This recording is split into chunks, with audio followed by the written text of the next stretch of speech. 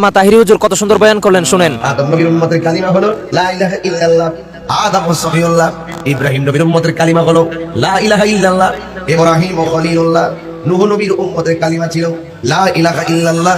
নূহ নাজিউল্লাহ। দাউদ নবীর উম্মতের কালিমা ছিল লা ইলাহা ইল্লাল্লাহ। দাউদ খলিফাতুল্লাহ। ঈসা নবীর উম্মতের কালিমা ছিল লা ইলাহা ইল্লাল্লাহ। ঈসা রূহুল্লাহ। আদম সফিউল্লাহ থেকে ঈসা রূহুল্লাহ পর্যন্ত কোন নবীর উম্মত কালিমার বিরোধিতা করে নাই। আমার নবীর শ্রেষ্ঠ উম্মত হইয়া গ্রামে গ্রামে ঘুরা ঘুরা ওয়াজ করে লা ইলাহা ইল্লাল্লাহ মুহাম্মাদুর রাসূলুল্লাহ পাশাপাশি লেখা যাবে না। জোরে কোন নাউজুবিল্লাহ। এক পাশে মসজিদে আল্লাহর নাম, আরেক পাশে নবীর নাম। এই পাশে লিখলে নাকি শিরক হয়ে যাবে না। আমি বিয়াদবি রাসূলদেরকে বলতে চাই, লা ইলাহা ইল্লাল্লাহ মুহাম্মাদুর রাসূলুল্লাহ একসাথে লেখার নাম শিরক নয়, একসাথে লেখার নাম শিরক নয়, একসাথে বলার নামও শিরক নয়। যা বলা যায় তা লেখা যায়। কথা কোন ঠিক না বেঠিক? এই জন্য একসঙ্গে লা ইলাহা ইল্লাল্লাহ মুহাম্মাদুর রাসূলুল্লাহ সাল্লাল্লাহু আলাইহি ওয়াসাল্লাম পাশাপাশি লেখার নাম শিরক নয়, পাশাপাশি লেখার নামই হলো পীরিত আর পীরিত।